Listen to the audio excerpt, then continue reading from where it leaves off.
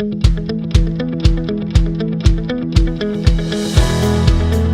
next topic is communication skills.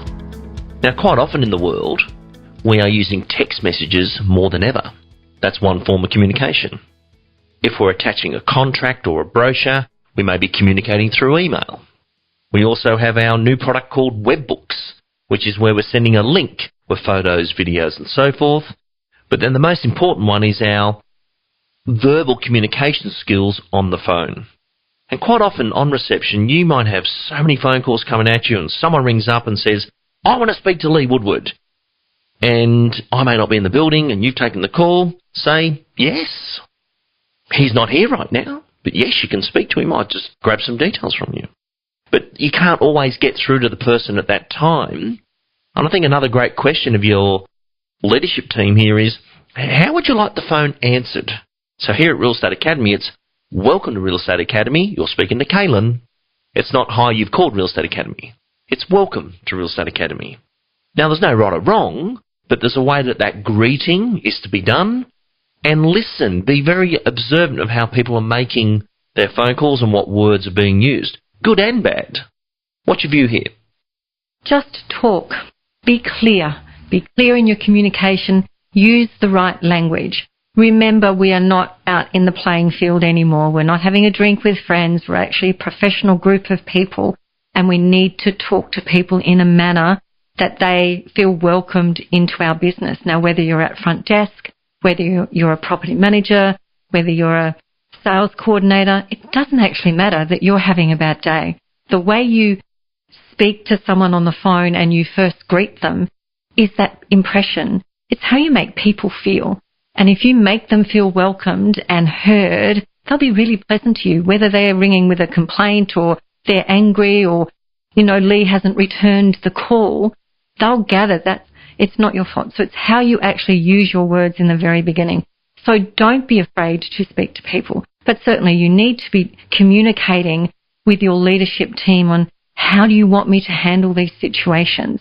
How do you want the phone answered? How do I then pass it through to the next person? If my sales coordinator is taking a call because the salespeople are not there, it's what's the detail you want? Ensure you've got all the information so you can communicate it back. Ensure your verbal and written communication is at 100% all the time, and you'll have that feeling of accomplishment.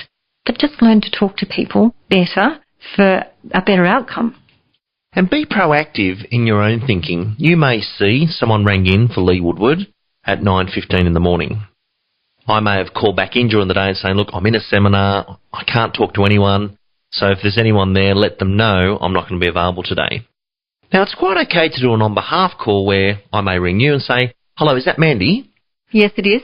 My name's Bill. I'm calling on behalf of Lee Woodward. You left a message for him this morning. He's in a seminar till about 5:30 today, and I just thought I'd let you know he's not going to be able to return that call as quick as I initially thought. Is that okay? Oh, that's fine. Thanks for letting me know. So an on-behalf call sometimes makes the client feel very special versus I rang and just nothing happened all day. But there's another question. Is it okay if I do some on-behalf calls if I can see it's been a long time? Especially when someone's rang up and said, I want to sell my property. Can someone call me? No one's available. They're all at the complete salesperson course, where they should be. And they're not going to be back in till the next day. Leaving that call unanswered is a non-negotiable. Absolutely. But I think it comes back to something I said maybe at the very beginning is, what are the business standards? What are the business standards for taking messages and returning messages? A client is going to feel, you've heard me, you've listened to me, and hey, you're communicating with me now because you've called me back. Okay, I didn't hear from the person I thought I was going to hear from, but I've got a message and I know someone will get back to me in the next short period. But you've spoken to me. It makes people feel like you care. That's the impression you want to leave because that guarantees ongoing business for the business you're actually working in.